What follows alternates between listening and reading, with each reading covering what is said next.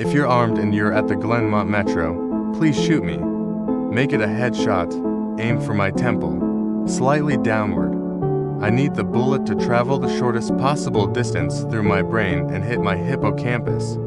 If I'm lucky, the sensation of the gunshot ripping through my skull will only last a few decades. I know this sounds awful, but believe me, you'd be doing me a huge favor. A bullet to the head, as soon as possible, is infinitely better than the alternative. It all started this morning at 10:15 a.m. At least, that's when it began for me. For you, though, this might seem like a momentary glitch in the fabric of time, a fleeting story that will fade from your mind once you click away from this page. But for me, it's been an eternity. I participate in drug trials to make extra money. I'm a so-called healthy subject. Basically, I take experimental drugs, and they pay me for it. Most of the time, the drugs do nothing to me. Nothing fun, at least. Sometimes they give me pills for cholesterol or blood pressure, and I don't feel a thing. But this morning, it was different. The researchers told me I'd be testing a psychoactive drug designed to accelerate brain function. I thought, great, another pointless pill. But the second I took it, everything changed. At first, I didn't notice much. They told me to wait in the lounge until they called me back for further tests. I sat on a couch and picked up a copy of Psychology Today. By the time I finished the magazine, I looked up at the clock. It was 10:23. That's when I started to realize something was off. I had read an entire magazine in 8 minutes. Not just read it, I absorbed every word. And when I finished, I immediately picked up US News and read it just as quickly. Scientific American followed. The problem was, they still hadn't called me back. And yet, I felt like I had all the time in the world. I decided to get up. It took forever. Not because I was tired, but because my body was moving so slowly. It was like I was wading through molasses, not weakness, just a mind-numbing, soul-crushing slowness. I felt my legs dragging behind me as I stumbled to the bookshelf. Each step felt like I was walking in a dream, the muscles in my body reacting slowly to my brain's commands. I picked up a copy of Moby Dick, the slowest, most agonizing task imaginable. Reaching for the book felt like it took hours. When I finally flopped back onto the couch, I opened it. I started reading, but it felt like the words were swimming away from me. I couldn't keep up.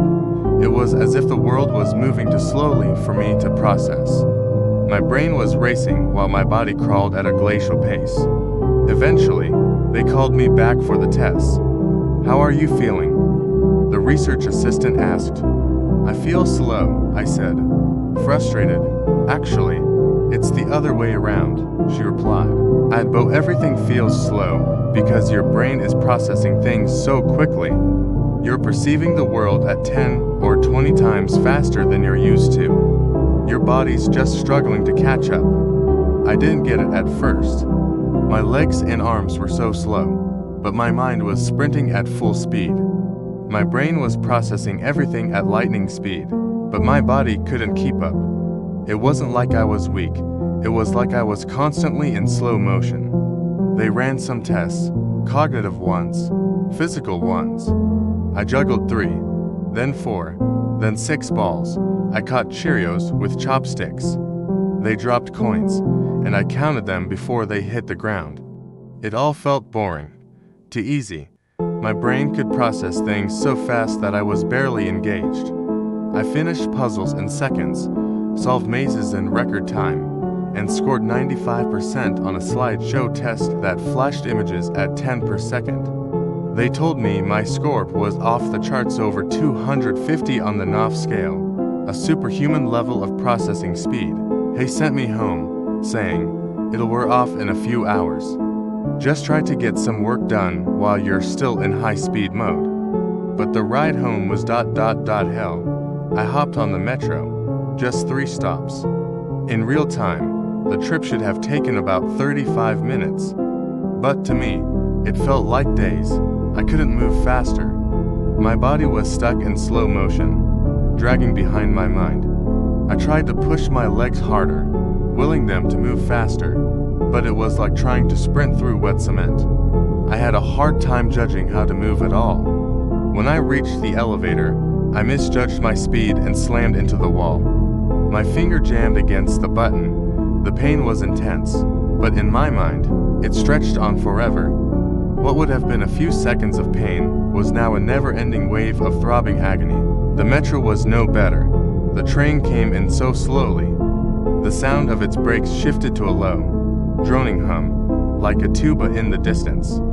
The cries of a baby where distorted her screams turned into something akin to Hoyo songs. Everything was distorted, stretched, warped. Time was moving, but it didn't feel like it was moving in any meaningful way.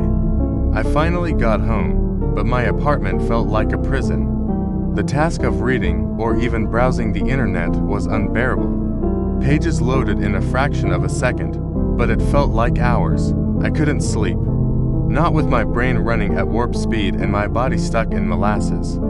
I even tried to take Ambien, but it didn't make me sleepy. The drug and the Ambien together made everything freeze. Time slowed to a crawl, and I was trapped. Moving felt impossible, even blinking felt like it took hours. I tried crawling, walking, anything to escape this torment, but the drug had taken everything from me. My mind was a whirlwind, but my body was a stone, unmovable, trapped in slow motion. I fell, twisting my ankle, then my shoulder. Pain came in waves, but it stretched on forever. Every second, every movement, felt like days, hours, lifetimes. Finally, I crawled my way to the Glenmont Metro. I'd given up on walking. I was so slow, I might as well have been a statue. When I reached the platform, I found a bench and curled up next to it, desperate for some sort of relief. But the pain never stopped, time never moved forward. I waited, I waited, for the train, for the end. I can't stand it any longer. Every second, every minute, every hour feels like an eternity. The pain is unbearable. The boredom is worse.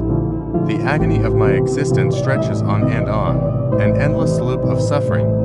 So, if you're reading this, if you're here at the Glenmont Metro, please end it. And this for me. I'm the man curled under the bench, the one who crawled here. Please, shoot me.